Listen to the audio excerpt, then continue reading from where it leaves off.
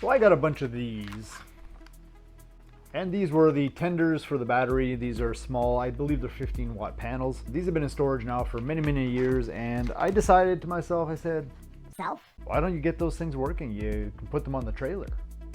So as I took them apart, I noticed that I have two that are in good condition, but this one here does have a broken wire, and I can remember that way back when. So today we're going to do something that I've never done before. Is we're going to take this apart, see if we can repair that broken wire here, and then what we're going to do is we're going to wire these all in parallel or series. Yeah, we're going to wire them in series. And then I'll have one connector to plug into the other solar panel thingamabobber that I have for the trailer, and hopefully we can get this guy working. So let's go over there and see what we can do.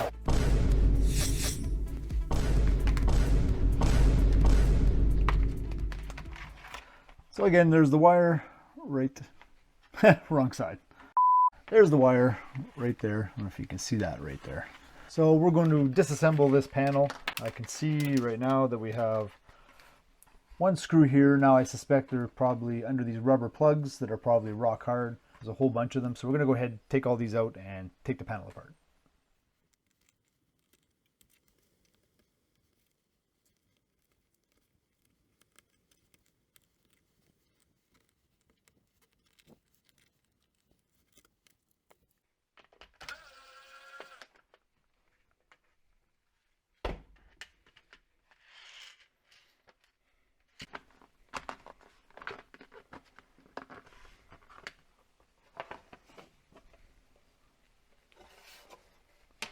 Okay, so that's not at all what I expected to see.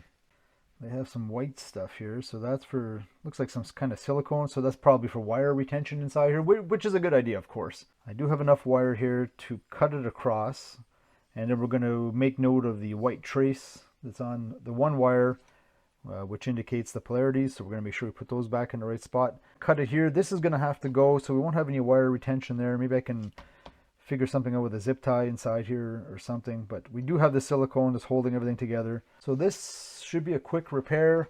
We'll do a little cut and solder and we should be good. So for that cut and solder, it's going to be pretty simple. I'm just going to take my snips. I'm just going to snip it off right here. Now because we're not going to be using this end anymore, we'll just snip it flush there. There we go. And then we're going to snip it flush on the inside right here.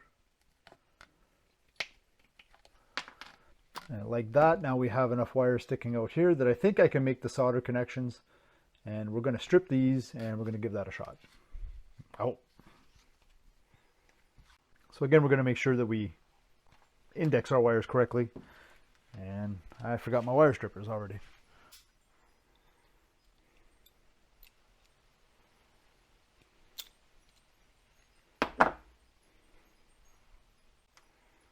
Oops. Start over. Hope I don't do that on that side because it's pretty short.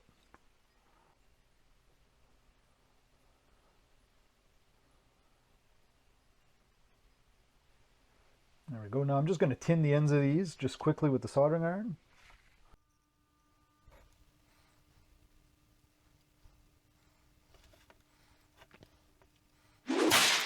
Alright, so now we're back to trying to strip these wires carefully without any damage. So on this piece, we're going to cut a nice piece of heat shrink right here. That'll go over both of those, like so. Alright, so I have my little heat shrink kit right here. I'll just find something small enough to slide over top. We'll do a white for the white trace, like so. And then we'll do, I guess, we'll do black.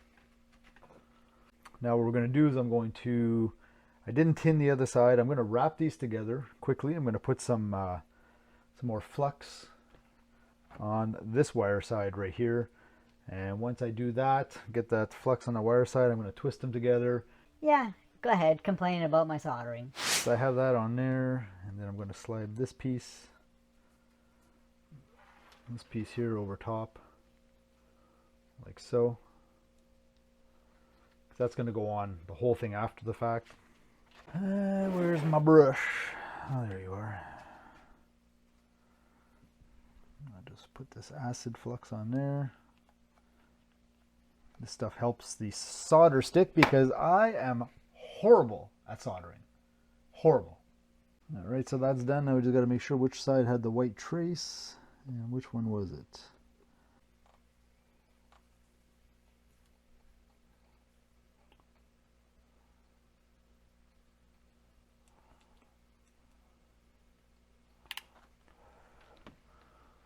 Now that's the reason why I tinned the one wire, is that as soon as you hit it with a bit of heat, you should get the solder sucking over to the other side.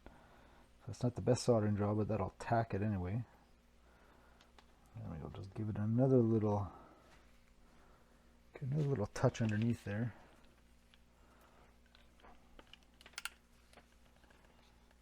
And hopefully it fits over top.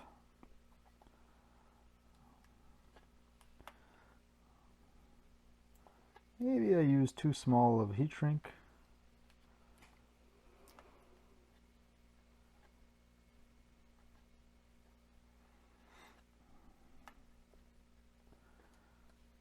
Yeah, I think my heat shrink's on a little bit of the small side for this one.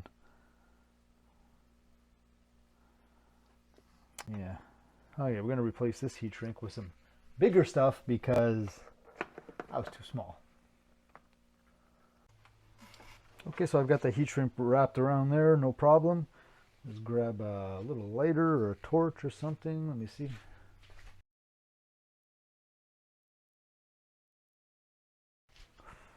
All right.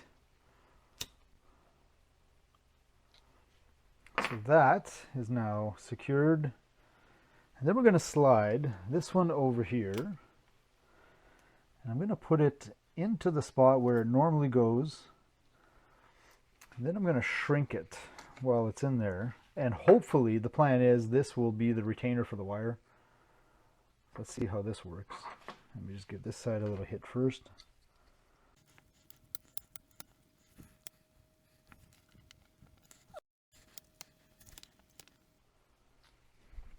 I'm going to leave that like that.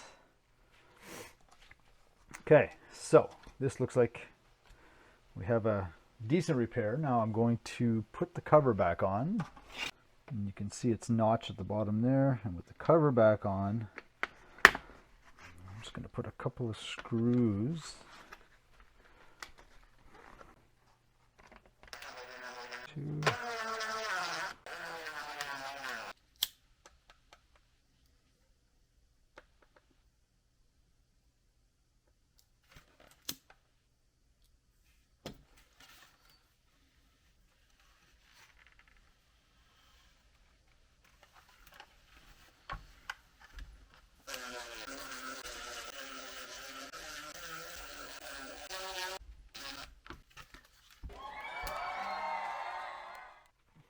Okay, so now that we've gone and put this thing back together, we can go ahead and test it. We're going to put our,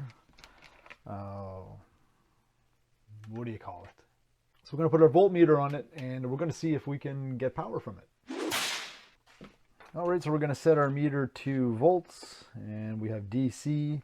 I'm just going to go range. Let's go maybe range. Here, we'll go range with 1 volt. Now we're going to test. So the unshielded is most likely the negative side, and then we have the positive side here. Let's try this again. Negative side, like so, and positive side, and let's see.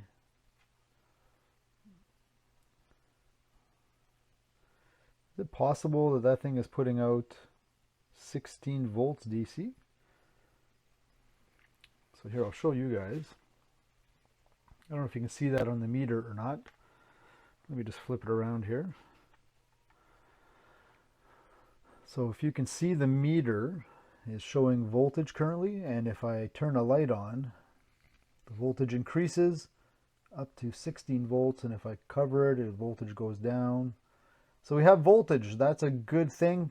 Now, I do believe these are only 5-watt panels, if I'm not mistaken. It's going to be better than not having one at all. So I'm very pleased.